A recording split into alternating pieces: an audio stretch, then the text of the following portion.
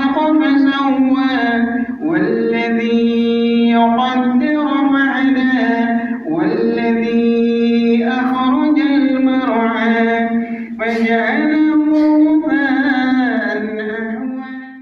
السلام عليكم ورحمة الله وبركاته.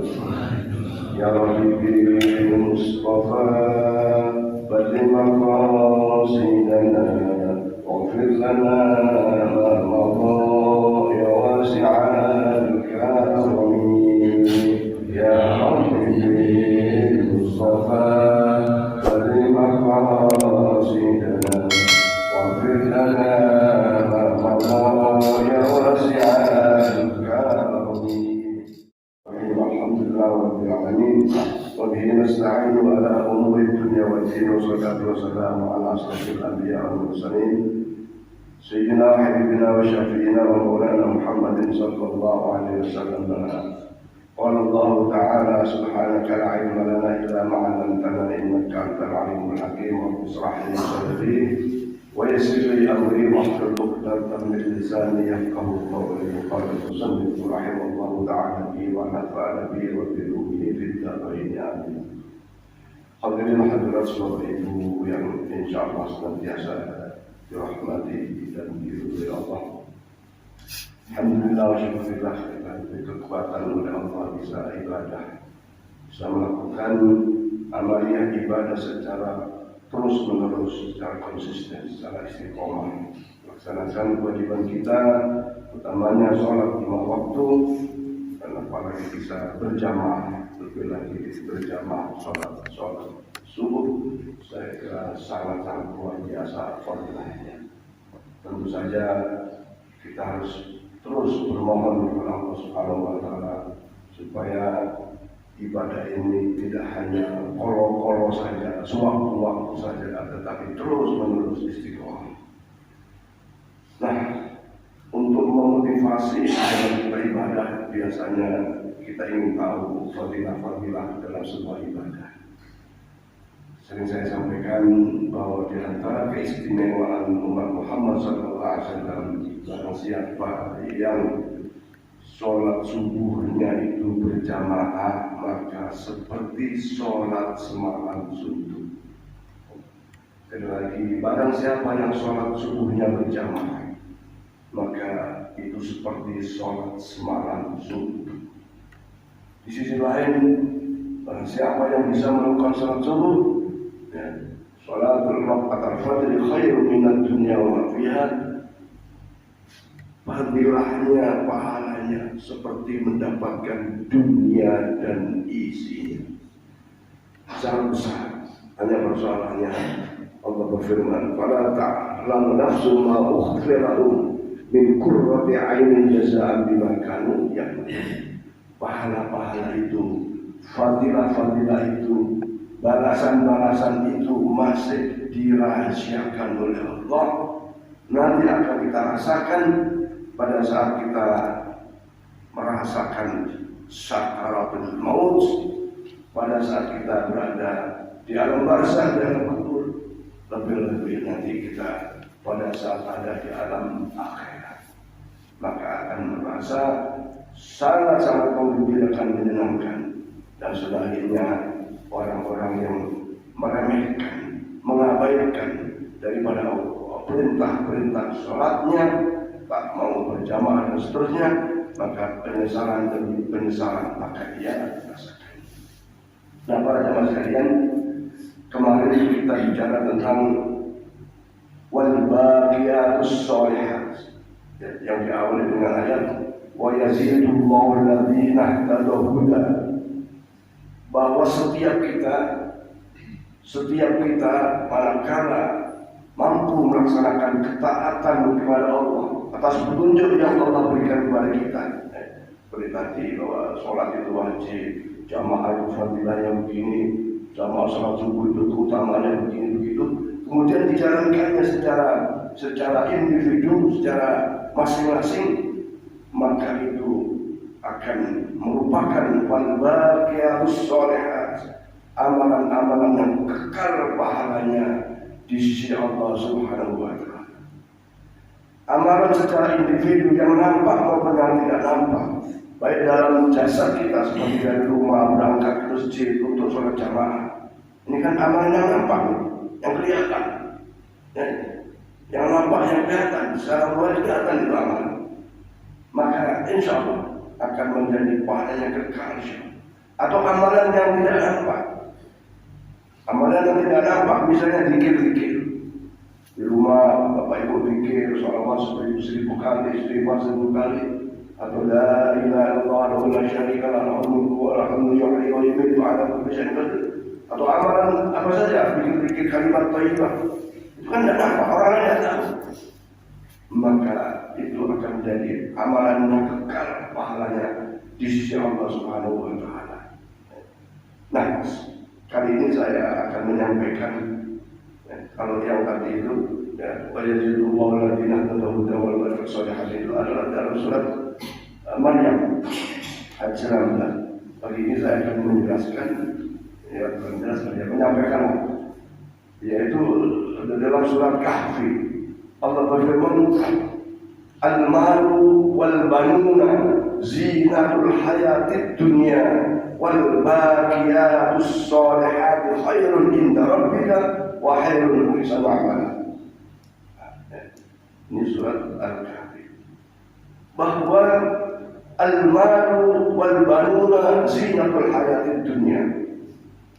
Sesungguhnya al-mal, harta benda, kemudian anak-anak wal banun zinatul hayatid dunya, itu cuma perhiasan dunia, dan perhiasan dunia. Kalau kita bisa menjadikan harta dan anak itu jadi perhiasan, karena namanya perhiasan itu adalah sesuatu yang sangat menyenangkan, ya kan? Ibu punya emasnya 10 kilo atau bahkan 10 gram, 20 gram jadi gelang, jadi kalung, jadi cincin, jadi anting-anting. Senang nggak kira-kira? Senang. Punya perhiasan. Tentu nampak kadang-kadang itu gelap, itu 3, ada berapa kan? Sehingga kalau jalan tuh kencang gitu. Apalagi ibu-ibu paling suka perhiasan emas, bukan emas roti, bukan emas, logam mulia, ya. Maka ada nggak harta kita itu bisa menyenangkan? Karena ternyata ada harta itu tidak menyenangkan, ya. Kenapa? Cuma dipakai untuk berobat aja, untuk beli obat aja, tidak bisa menikmati, tidak bisa. Ya. Atau harta itu walaupun menyenangkan tapi hanya sampai di dunia saja. Punya duit banyak hanya untuk makan saja, hanya untuk foya-foya saja. Ada nggak untuk itu? Ada. Kalau cuma makan, mau di restoran besar maupun warung kecil, ya ujung-ujungnya adalah seperti itu. Ya mungkin manfaatnya badannya sehat, ya, menikmatinya lezat. Tapi ketahuilah kelezatan itu hanya sampai tenggorokan saja. Kalau sudah masuk ke usus besar, perut udah hilang itu kelezatannya. Lu makan sate atau makan apa saja, kenikmatan itu hanya dirasakan di sampai di tenggorokan saja. Nah di sini jangan sampai harta kita itu hanya bermanfaat di dunia saja. Tapi bagaimana harta itu? Wal baqiyatus sholihah. Dari harta itu timbul pahala yang tak terputus, yang kekal. Bagaimana? Ya pertama, nyari hartanya dengan cara yang benar. Nyari hartanya dengan cara yang baik, yang halal. Setelah didapat, maka dibelanjakan kepada jalan yang benar. Kalau tadi hanya foya-foya, bayangkan Bu, Masya Allah, kalau kita lihat kehidupan di alam orang kaya, di alam orang kaya itu kan hartanya banyak, luar biasa tuh. Makan tuh nggak mau warung di hotel. Nah kalau hotelnya itu hotel bintang 5, udah gitu di tempat yang zona yang mahal, makanan itu bisa mahal. Pak Bahir pernah cerita, beli teh saja satu ceret kecil 500.000. Teh 500.000. Nah ini maaf nih ya, kebetulan anak saya jihad itu sekarang ada di Bali. Anak saya jihad itu ada di Bali. Itu hotel yang ditempati sendirian itu 1 malam 7 jutaan. Padahal sudah 3 hari di sana. Makanannya sama ada, mahal juga. Sampai ngeri kita belinya, katanya mau sarapan itu tidak cukup 300.000. Coba ini buat orang yang mampu, jadi harta itu hanya untuk kesenangan di dunia saja.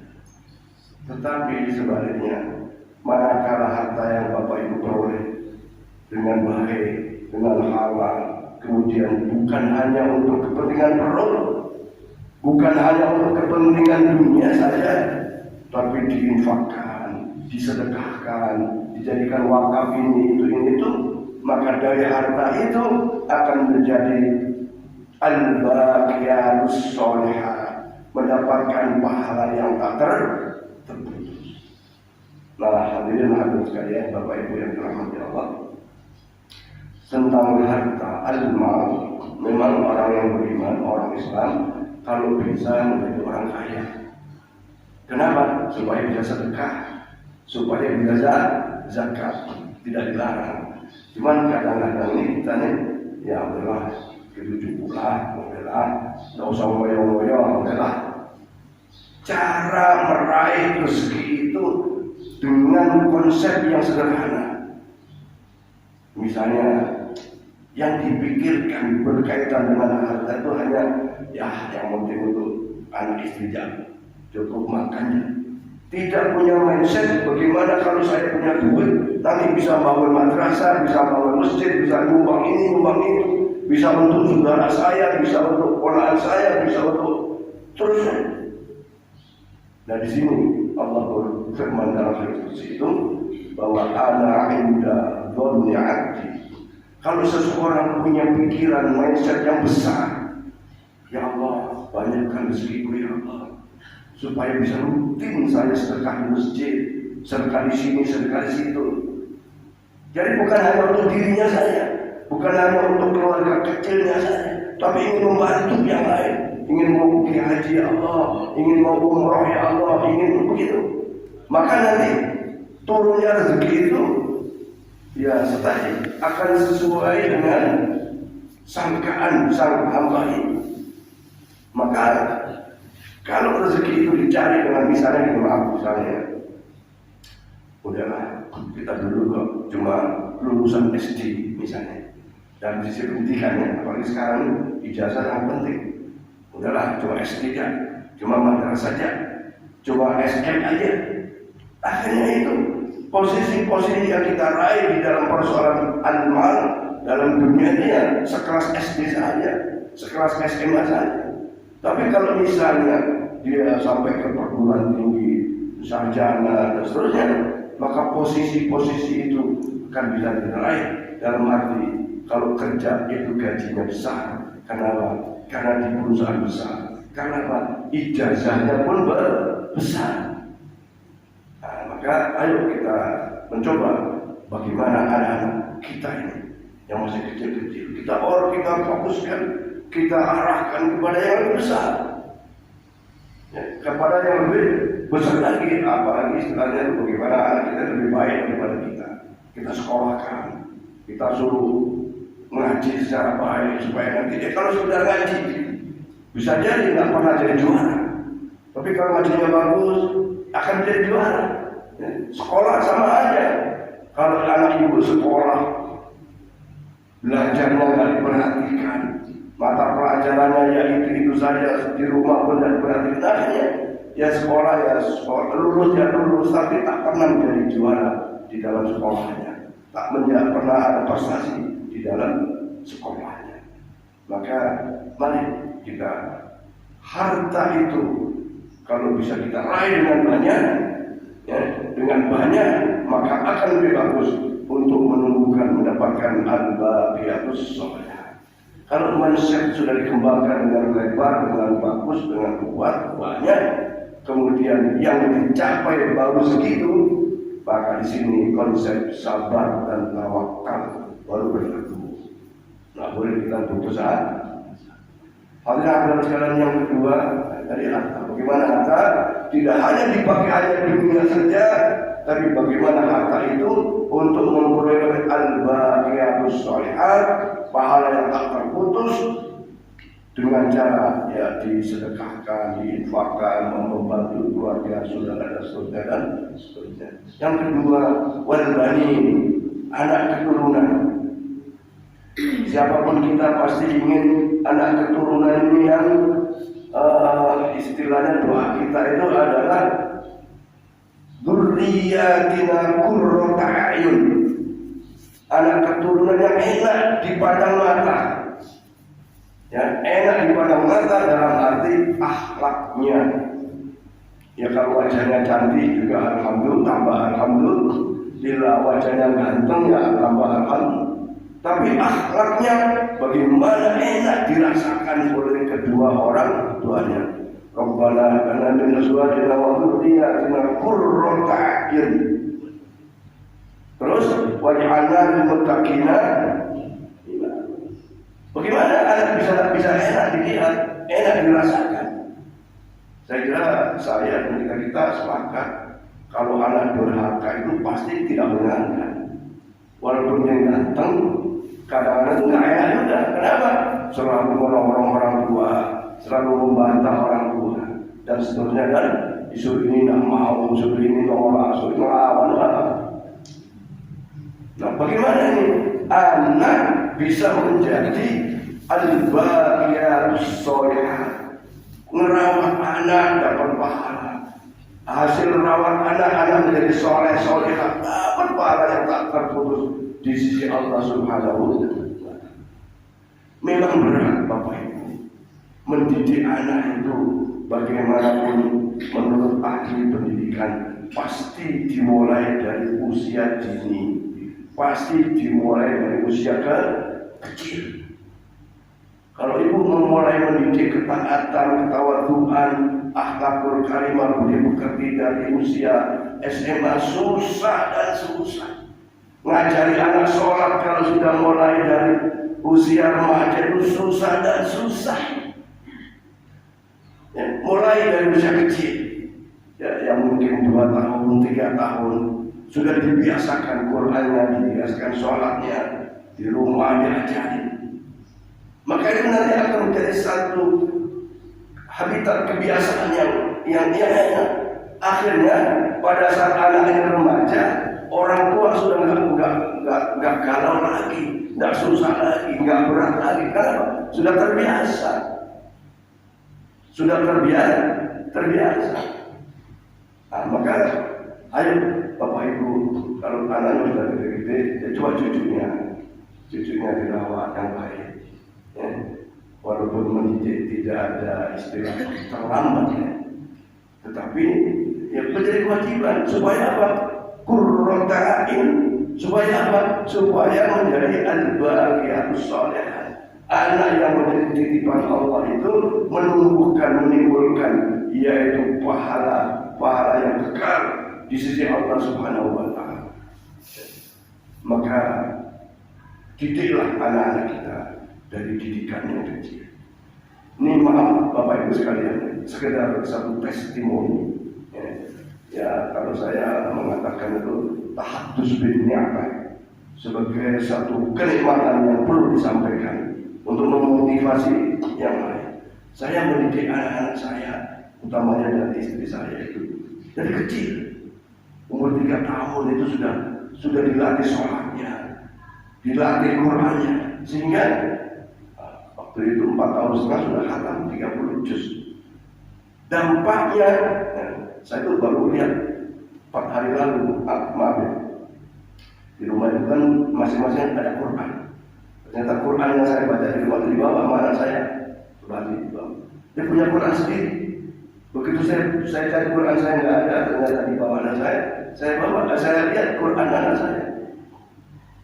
Di situ tertulis mulai kuliah 2018 sampai hari ini, sampai kemarin yang di dalam satu Quran itu sudah 30 kali hatam. Ya, 30 kali hatam. Berapa tahun? 2018, sekarang 2022. Bagaimana dengan kita, anak-anak kita? Dan itu sebenarnya bisa kalau dulu waktu mulai mendidiknya itu dari usia kecil, dari usia dini, itu konsisten. Dan alhamdulillah rata-rata itu baca Qurannya sebelum sholat subuh. Nah ini bagaimana anak ini menjadi satu sisi qurratu a'yun yang menyenangkan rasa orang tua, tetapi juga menjadi al-baqiyatus sholihat, menjadi pahala yang tak terputus di sisi Allah Subhanahu wa ta'ala.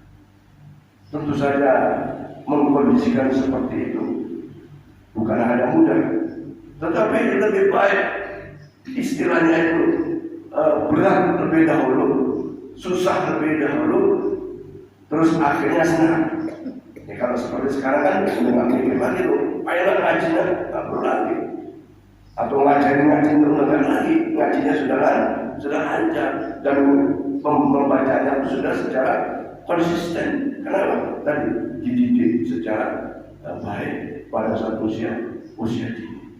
Kesimpulannya Bapak Ibu sekalian, bagaimana anak-anak atau harta kita mendatangkan pahala yang tak putus sampai nanti di hari kiamat di Allah Subhanahu wa ta'ala sebagai bagian daripada al-baqiyatus sholihat.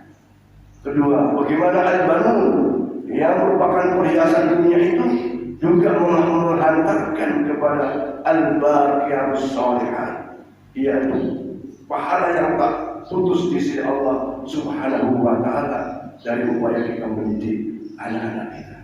Jangan sampai sebaliknya anak-anak justru malah menjatuhkan martabat orang tua. Anak malah menimbulkan makdarat bagi kedua orang tuanya. Anak menjadi durhaka. Anak yang masya Allah tidak mengangkat harkat martabat orang. Nah ini semua Islam mengajarkan. Apapun yang ada pada diri kita, pada lingkungan kita, bagaimana semua bisa menjadi manfaat. Manfaat bukan hanya dunia, tapi juga manfaat sampai dengan akhirat yang al-baqiyatus sholihat, pahalanya bahkan kekal di sisi Allah Subhanahu wa ta'ala. Maka sekali lagi yang punya harta, ayo jadikan harta menumbuhkan, mendapatkan pahala yang kekal.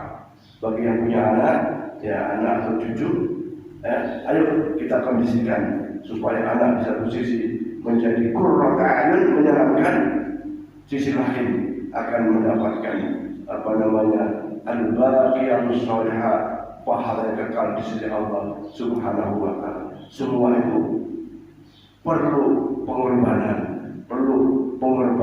perlu kesabaran dan konsistensi istiqomah dalam melaksanakannya. Saya kira itu saja Bapak Ibu sekalian pada pagi ini. Mudah-mudahan ada manfaatnya, dan bagi kita yang punya keinginan seperti itu, tetap berupaya selalu bermohon kepada Allah Subhanahu wa ta'ala supaya harta dan anak-anak kita sekali lagi menghantarkan kita kepada rahmat dan ridha Allah Subhanahu wa ta'ala, mendapatkan pahala yang tak terputus di sisi Allah Subhanahu wa ta'ala. Kemudian mungkin nanti sebelum ada pertanyaan, kami ingin sampaikan kepada para Bapak Ibu sekalian bahwa tadi malam kami ada rapat pengurus, rapat terbatas rasanya itu.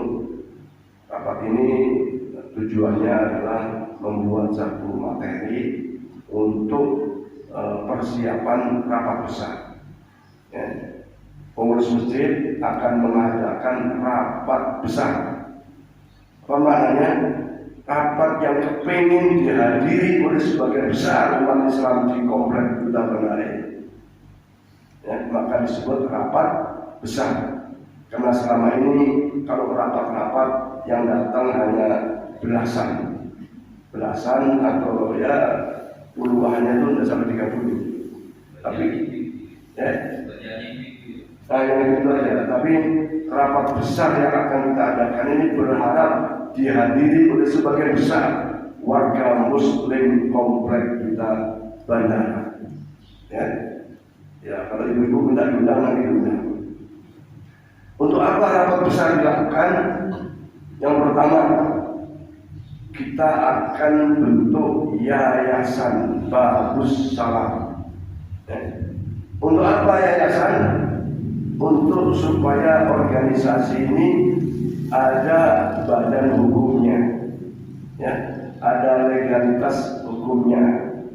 Nah, sehingga dengan ada legalitas hukum, maka nanti lembaga-lembaga yang ada di bawahnya akan lebih kuat ya dalam sisi yuridis formalnya, ya. Dan di mana-mana sudah banyak bikin yayasan itu untuk satu kegiatan yang mendapatkan legalitas hukum. Yang kedua, ya, tentu saja nanti akan ditunjuk siapa pengawas yayasan, siapa pengurus yayasan. Silakan mau daftar jadi pengawas, silakan ya, yang ahli manajerial, ahli leadership boleh, ahli biasa organisasi boleh mendaftar pengawas.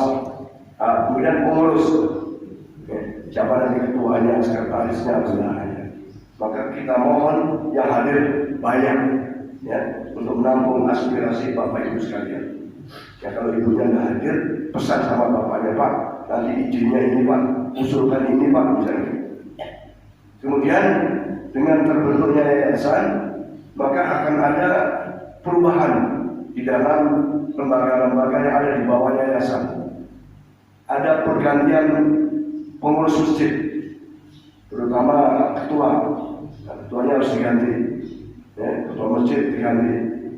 Kedua ada ketua BAK, mau diganti boleh, diganti boleh. Nanti ada ketua Baitul Mal, ini yang baru, ya. Baitul Mal. Untuk apa Baitul Mal dibuat? Untuk memberi manfaat yang lebih kepada para anak yatim, kepada para fakir dan miskin. Ya. Karena kita tahu potensi keuangan di warga komplek ini ada, ya, cuma penggeraknya yang kurang. Kami meyakini potensi keuangan finansial di warga komplek itu ada, sehingga kalau mungkin selama ini hanya nyumbang masjid, nanti boleh jadi nyumbang anak yatim, ya, nyumbang anak yatim, nyumbang fakir miskin. Bukan saja nanti berupa sumbangan boleh jadi nyumbang beras setiap bulan, nyumbang nanti SPP biaya pendidikan anak-anak yang duafa, ya, bahkan nyumbang berobat. Ya. Pada puasa itu anak saya sakit gigi, tak punya duit mau beli obat, boleh tuh melalui Baitul Mal. Ya. Ini contoh saya sakit gigi. Dan itu dan sudah terjadi. Dan sesungguhnya Islam mengajarkan kepada kita adalah ta'awanu 'alal birri wat taqwa, saling tolong menolong. Maka mengembangkan kemanfaatan yang ada pada diri kita, dibentuklah Baitul Mal untuk hal tersebut supaya warga khususnya di komplek ini ya tidak ada yang bahasanya kelaparan, kelaparan ada ya. Tapi kalau ada kebablasan, ada sakit dan seterusnya, kan kalau kita bisa bantu kan menjadi satu amalan yang positif, amalan yang baik ya, termasuk tadi al-baqiyatus shalih. Kemudian kita akan coba kembangkan lembaga pendidikan dengan TPA dan madrasah diniyah. Ya. Maka ini akan ditunjuk ketua-ketua yang ada, ya, ketua masjid baru, ketua BAK, ketua Baitul Mal, dan ketua lembaga pendidikan. Ada ketua, ada bidang-bidang. Maka rapat besar ini sungguh sangat diharapkan kehadiran bapak-bapak yang banyak, sehingga betul-betul kita berupaya untuk menampung aspirasi sebagai besar warga ya, dan tentu akan banyak memberi manfaat. Dan insya Allah rapat besar itu akan dilaksanakan pada tanggal 10 November, ya. 10 November hari pahlawan, ya. Hari pahlawan 10 November, ya. Kemudian insya Allah di bulan Desember akan diadakan tabligh akbar, ya. Akan menghadirkan Buya Yahya sebagai pimpinan daripada lembaga pesantren, lembaga pendidikan Al-Bahjah Cirebon. Kebetulan beliau akan ada di Pontianak sekitar tanggal 19 Desember sampai akhir bulan, ya, Desember. Maka kita manfaatkan untuk membuat kegiatan yang agak besar, ya. Kita undang santri-santri, kita undang tetangga-tetangga masjid di sekitar Masjid Abdul Salam.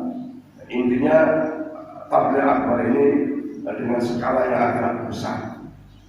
Kalau nanti ternyata ada edaran lagi nasi kotak, ada edaran lagi amplop, ya itu nyumbang alhamdulillah, tidak nyumbang pun tidak apa. Mau nasi kotak 10 boleh, tidak pun apa. Mau nasi kotak 1 boleh, tidak pun apa. Amplopnya diisi boleh, dikosongi pun boleh, sesuai niat masing-masing. Ya, kan sudah paham prinsip sedekah. Jadi itu nanti akan diadakan tabligh akbar, mengundang orang-orang dari luar, santri-santri dan lain-lain. Nah, di dalam acara tabligh akbar itu, insya Allah ada acara seremonial, yaitu peresmian TPA oleh Buya Yahya atau nanti Pak Bupati Buraya Pak Muda. Ya, jadi ini yang akan dilakukan atau konsep yang sudah dirapatkan tadi malam, 2 hal itu, ya, yaitu adanya rapat besar, yang kedua tabligh akbar. Kemudian yang terakhir direncanakan pada bulan April 2023 akan diadakan peresmian Masjid Abdul Salam, direncanakan untuk menghadirkan Bapak Gubernur. Maka ada beberapa persiapan yang dilakukan, di antaranya tentunya nanti panitia peresmian, yang kedua pembangunan pagar dan pintu pagar serta lantai halaman. Nanti halaman itu akan dikeramik semua, Bapak Ibu sekalian, akan dikeramik sehingga rapi, bersih dan nampak lebih indah Masjid Abdul Salam. Waktu 2 minggu lalu saya pulang dari Jakarta, saya lihat masjid kita itu dari atas di pesawat itu kelihatan warnanya memang sudah agak pudar, hanya kelihatan putih dan coklat. Padahal sesungguhnya ada warna emas dan lain-lain. Maka kalau itu nanti ada rezekinya, ya, mungkin bisa jadi sebelum peresmian kubahnya dicat ulang, ya, kalau ada rezekinya. Nah, ini namanya punya mindset yang besar. Akhirnya kita apa? Ya Allah, tolong ya Allah, tolong ya Allah, hajat Masjid Abdul Salam ini, ya Allah, tolong ya Allah. Dan kita suka doain dari TPA-nya, dari madrasah diniyahnya, dari pagarnya, dari halamannya, ya Allah, tolong ya Allah, kabulkan niat-niat kami, hajat kami. Itu doa. Ya. Ada yang sedih juga doain, ya. Ada yang malu juga doain. Saya juga bingung kenapa sedihnya, kenapa malunya gitu. Ya, kalau kita ini nggak digerakkan, ya nggak jadi. Maka ya begitu harus berjalan, harus bergerak. Saya kira itu Bapak Ibu sekalian. Mudah-mudahan nanti pada saat Ibu Bapak dapat undangan rapat besar, mohonlah hadir. Kenapa dengan hadir itu? Daripada syiar-syiar Islam, dan insya Allah akan dapat. Ya, kalau misalnya yang dipilih cuma istilahnya nggak potensial, ya, kita sih potensial semuanya. Maka kan sayang nanti perkembangannya nggak bisa laju. Sekarang perkembangan cepat ya Bu. Ya. Dulu waktu 2013 belum kayak gini, sekarang sudah kayak begini. Ya, artinya peningkatan kebaikan-kebaikan yang ada di komplek ini kita upayakan untuk bisa menjadi lebih baik lagi, dan lebih baik. Mudah-mudahan Allah Subhanahu wa Ta'ala memberikan kesehatan kepada kita, panjang umur, banyak rezeki, hajat-hajat kita dijawab oleh Allah Subhanahu wa Ta'ala, dan apa yang menjadi program masjid dapat dilaksanakan dengan baik. Hadirin hadirat sekalian, saya buka rahasianya. Kenapa setiap minggu yang misi kuliah subuh bukan saya aja? Lagi ngirit, tahu ya? Lagi ngirit, ya. Biasanya kan minggu pertama ada 2, minggu kedua, minggu ketiga, ya. Lagi ngirit. Ya. Alhamdulillah, utang masjid sudah mulai kurang. Nanti akan utang baru lagi, ya, karena memang pembangunan belum selesai. Nah, kalau ada yang bosan ya nggak apa-apa, tapi tetap Bapak Ibu dapat pahala nambah intikaf dan pahala yaitu sholat syuruk, mendapatkan pahala haji dan umrah yang mabrur. Silakan kalau ada yang ingin ditanyakan.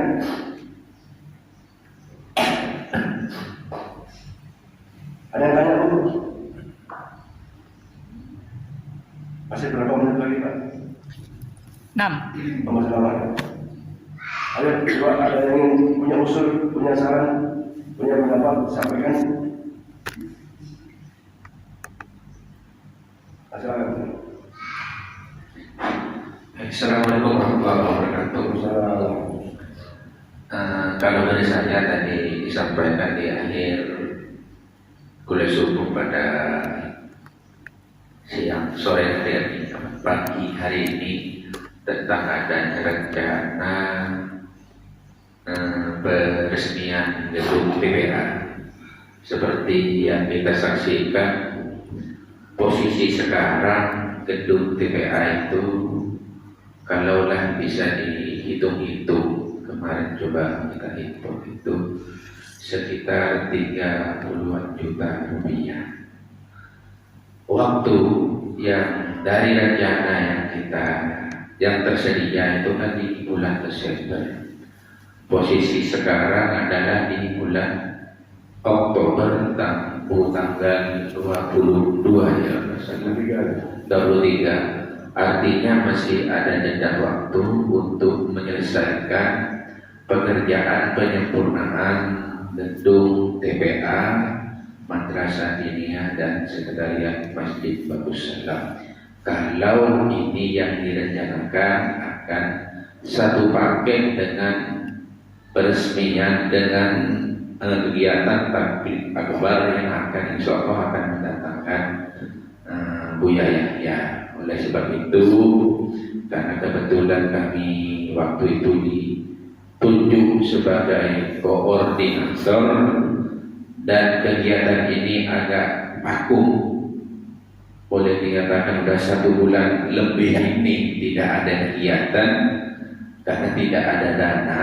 Maka kami, karena diamanahi tanggung jawab sebagai koordinator, mari kita bersama-sama bersedekah untuk penyelesaian gedung TPA dan menara Masjid Bagus Salam. Kalau dihitung-hitung tidak banyak lagi. Oleh sebab itu kami mengajak, memohon, karena hasil rapat juga tadi malam disampaikan seperti itu. Mungkin dari kami pengurus ada yang kurang dalam hal ini.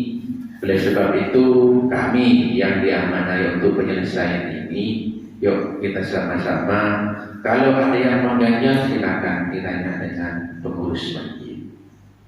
Karena pengalaman kami, kita sudah melaksanakan momen besar yaitu dengan pembangunan masjid. Dan alhamdulillah 8 bulan selesai, bahkan tadi malam itu disampaikan pembangunan menara ini udah hampir 10 bulan gitu, Pak. Ini ada apa gitu, Pak? Apa mungkin karena niat untuk bersedekahnya kurang, wallahu a'lam gitu, Pak. Yang jelas kami dari masjid, dari pengurus masjid selalu mengajak, menghimbau dan meminta, bahkan pernah habis-habis pergi ke rumah. Karena posisi sekarang keuangan masjid kita itu minus. Oleh sebab itu gimana kita cara menyelesaikannya ya? Dari kuliah subuh pada hari ini kami memohon kembali kepada bapak-bapak, ibu-ibu atau mungkin yang belum hadir, yuk kita sama-sama memikirkan.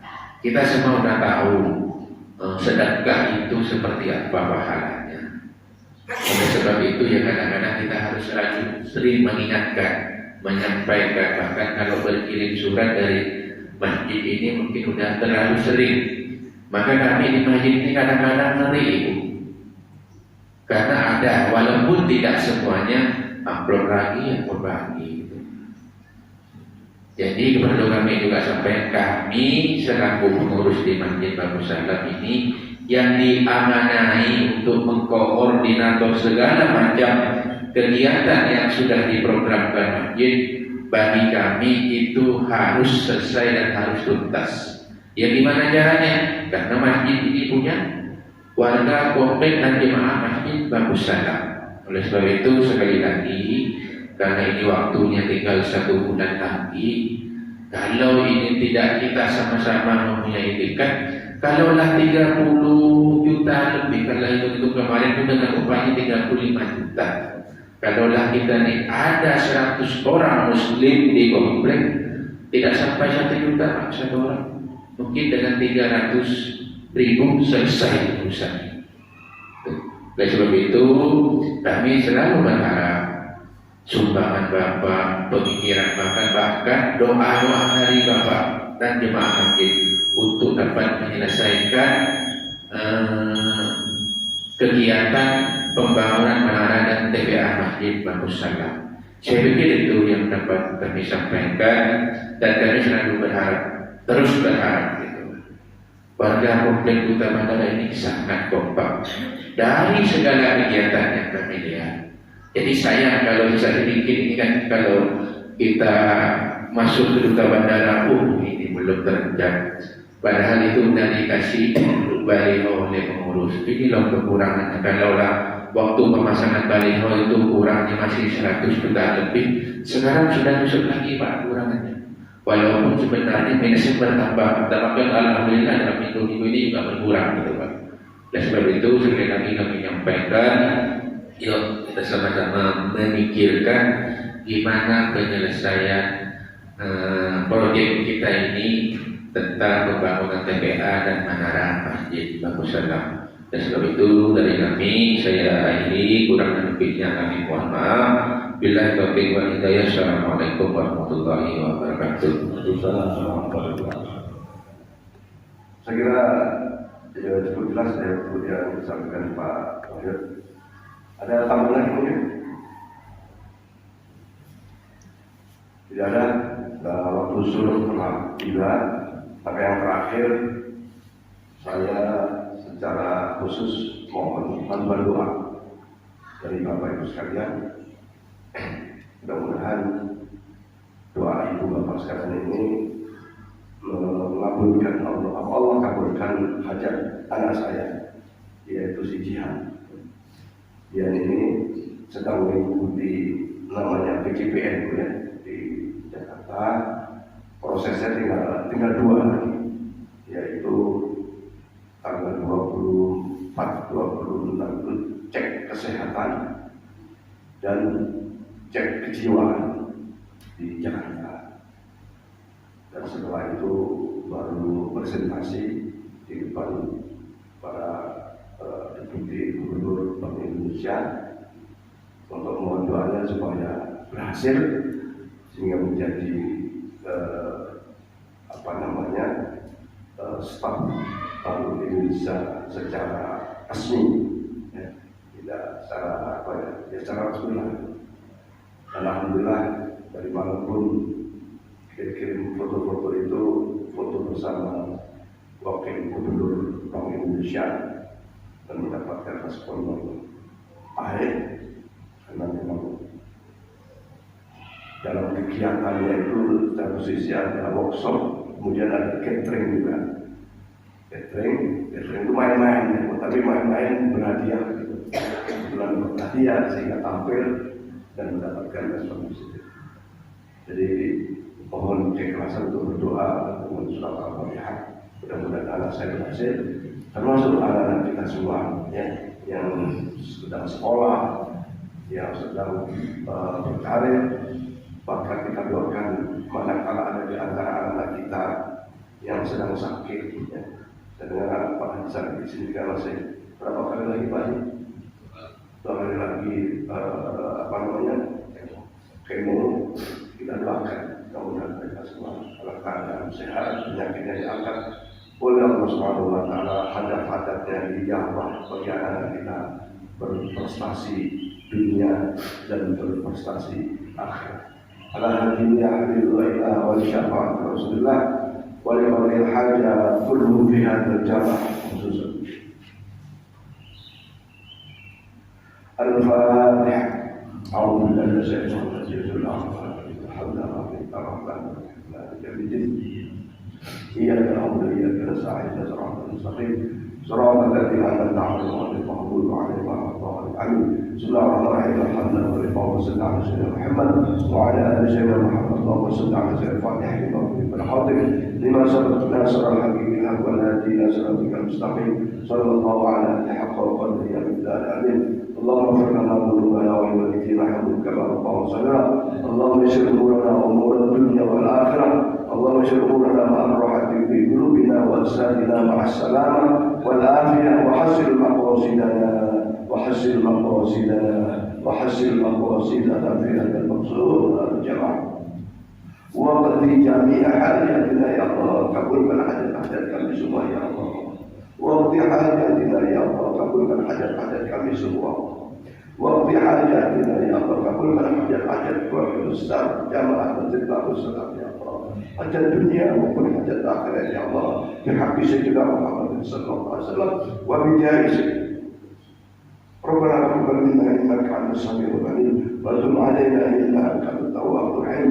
Rabbana atina fid dunya hasanah wa fil akhirati hasanah wa qina adzaban nar. Wa sallallahu ala sayyidina Muhammadin wa ala alihi wasallam. Ala rabbika rabbil izzati amma yasifun wa salamun alal mursalin walhamdulillahi rabbil alamin.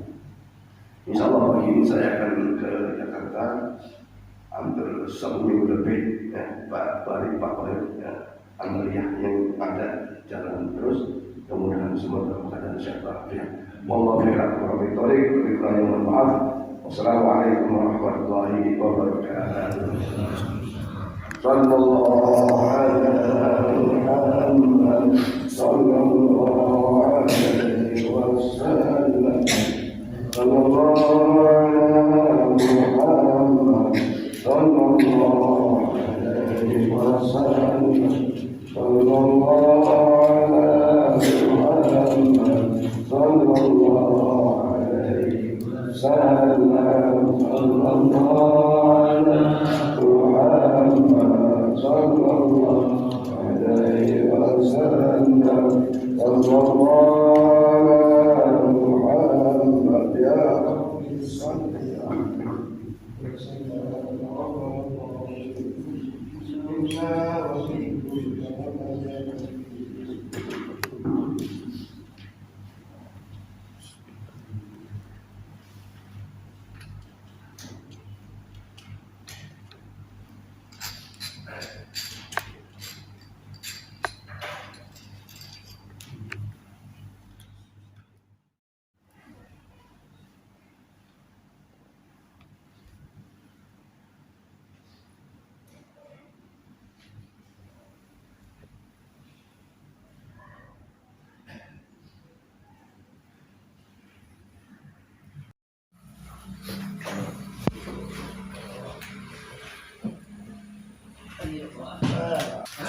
Igo, bawa liga.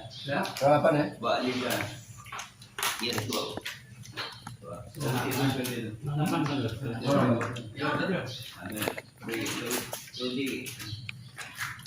Kita di badan bisa buka ini ya tadi. Masya Allah.